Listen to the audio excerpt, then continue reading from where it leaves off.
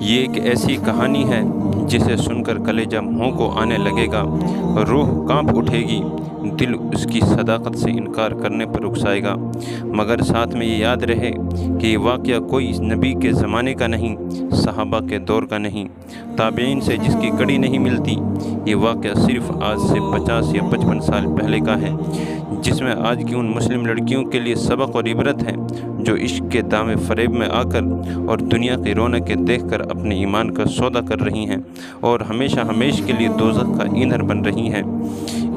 اسی جانباز لڑکی کے لیے شاعر نے کیا ہی خوب اشعار لکھے ہیں کہ کہ تیرے دل میں نور دین حق، امتحان تو نے دیے ایسے کڑے، جن کو سن کر اہل دل سب رو پڑے۔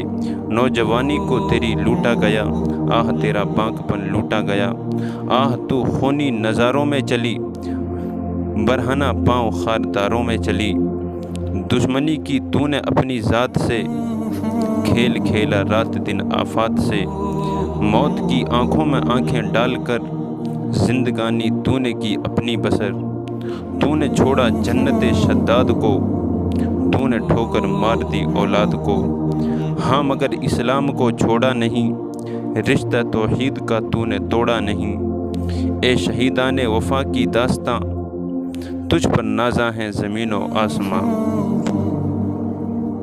بسم اللہ الرحمن الرحیم۔ سن 47 کی ایک کم عمر جانباز مسلمہ لڑکی کی ایک درد انگیز داستان۔ سن 47 اور مسعودہ بیگم۔ 1947 میں بھارت کی تقسیم کے نتیجے میں ہونے والے ہندو مسلم سکھ فسادات سے کون ہندوستانی ناواقف ہوگا؟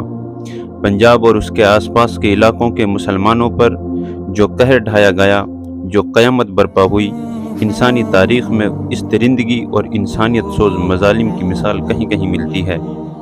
خاندان کے خاندان تباہ و برباد ہو گئے، سینکڑوں مسلم بستیاں نیست و نابود کر دی گئیں، بڑے بڑے مسلم محلے، بڑے بڑے شہر جو مسلمانوں سے کبھی آباد اور پر رونق تھے، درندگی اور سفاکی کے ایسے بھیٹ چڑھے کہ آج ڈھونڈنے سے بھی کوئی مسلمان شخص دکھائی نہیں دیتا۔ سن 47 کے انقلاب کے وقت مسعودہ، جس کی عمر بمشکل 13-14 سال تھی، بھٹنڈا شہر صوبہ پنجاب کے ایک گرلز اسکول میں زیر تعلیم تھی۔ دوسری جماعت سے 8ویں جماعت تک پابندی سے اسی اسکول میں پڑھا اور کبھی بھی فیل نہیں ہوئی۔ پڑھائی کے زمانے ہی سے مسعودہ کے عزائم اور حوصلے بہت بلند تھے۔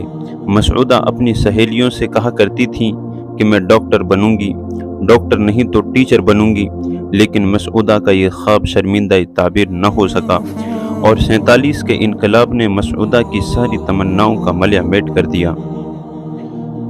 مسعودہ بیگم کے اہل خانہ۔ مسعودہ کے والد کا نام حافظ وہاج احمد تھا، جو گنگوہ کے رہنے والے تھے۔ والدہ کا نام رشیدہ بیگم تھا، جو قصبہ نانوتا کے ایک معزز خاندان سے تعلق رکھتی تھی۔ حافظ وہاج احمد صاحب بھی گنگوہ کے ایک بڑے خاندان کے چشم و چراغ تھے۔ حافظ صاحب کے دادا حافظ سراج احمد صاحب حیدرآباد دکن میں شاہی طبیب یعنی حکیم رہ چکے تھے۔ بعد میں حافظ سراج ہجرت کر کے مکہ مکرمہ چلے گئے اور وہیں دفن ہوئے۔ اس خاندان میں بڑے بڑے علماء صلحاء کا وجود ہمیشہ رہا اور یہی شرف کیا کم ہے کہ اس خاندان کا سلسلہ نسب میزبان رسول صلی اللہ علیہ وسلم حضرت ابو ایوب انصاری رضی اللہ عنہ سے جا ملتا ہے۔ جس وقت 1947 کے حوادث کا وقوع ہوا، یعنی یہ حادثات پیش آئے، مسعودہ کے والد حافظ وہاج احمد صاحب بھٹنڈا شہر کے ریلوے اسٹیشن پر ہیڈ کلرک کے عہدے پر پوسٹ پر فائز تھے۔ یہیں وہ مدت سے ماں اہل و عیال کے رہائش پذیر تھے، یعنی گھر والوں کے ساتھ رہ رہے تھے۔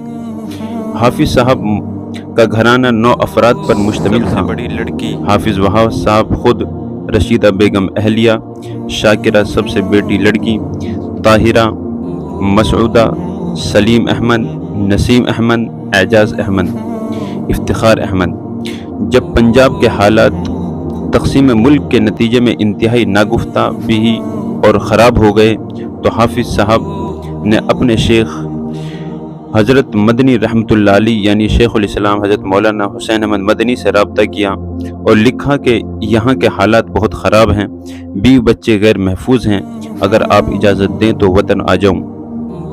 تو حضرت مدنی نے اس پر جواب دیا، جو کچھ تقدیر میں لکھا جا چکا وہ ہونا ہے، اس کو کوئی ٹال نہیں سکتا، اس لیے نقل مکانی نہ کریں، یعنی وہاں سے نہ آئیں۔ چنانچہ اپنے شیخ کے حکم کے مطابق اللہ پر بھروسہ کرتے ہوئے بھٹنڈا ہی میں رہنے کا فیصلہ کر لیا اور وطن واپسی کو ذہن سے نکال دیا۔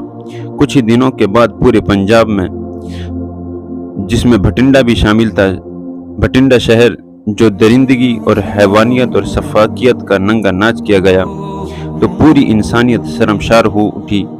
سن 47 کے روح فرساں یعنی روح کو تڑپا دینے والے واقعات، خدا پناہ، قتل و غارت گری، اغوا، عصمت دری یعنی عزتوں کو لوٹنا، تباہی بربادی، خانہ خرابی، کون سی ایسی مصیبت تھی جو اس خاندان کے حصے میں نہ آئی؟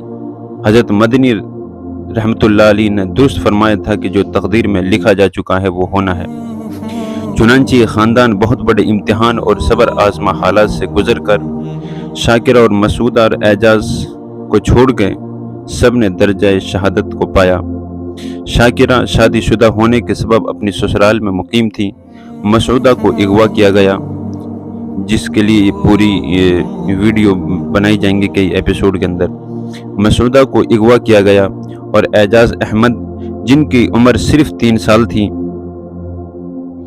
لاپتہ ہوئے۔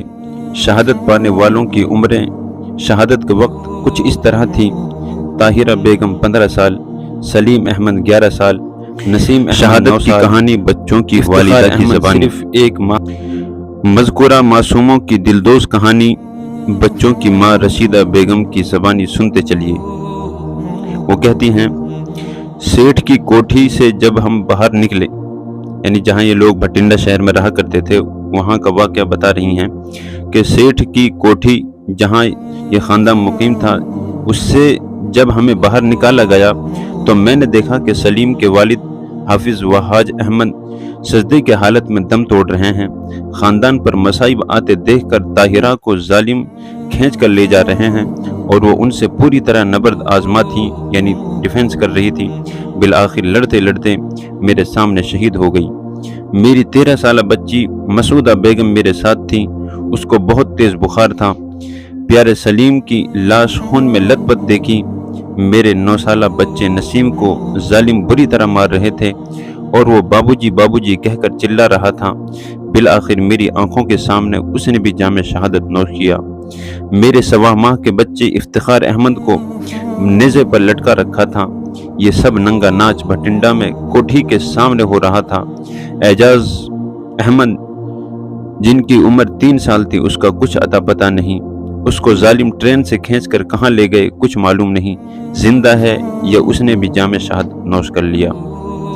رشیدہ بیگم کی زبانی آپ نے سنا کہ ظالموں نے کس بے دردی سے معصوم بچوں کو قتل کیا۔ حد تو یہ ہے کہ 1.25 ماہ کے معصوم بچے افتخار پر بھی ترس نہیں آیا اور نیزے پر لٹکا کر کیسی حیوانیت اور درندگی کا ثبوت دیا۔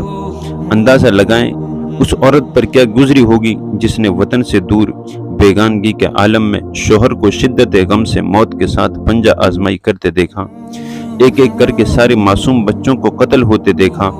ایک بچہ ظالموں سے بچ نکلا، لیکن سوئے اتفاق کہ اس کا کوئی اتا پتہ نہیں۔ لے دے کر رشیدہ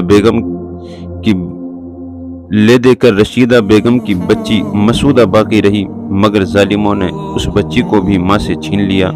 یہیں سے اس بچی کی تاریخ شروع ہوتی ہے جو اس نے سنہرے حروف سے رقم کی، اور آنے والے مورخین یعنی ہسٹورین اور سوانح نویسوں نے یعنی تاریخ لکھنے والوں کے لیے موضوع بحث ثابت ہوئی۔ اس سے آگے کی تفصیل انشاءاللہ اگلی ویڈیو میں جلد ہی لے کر آپ کے سامنے حاضر ہوں گے۔ السلام علیکم ورحمۃ اللہ وبرکاتہ۔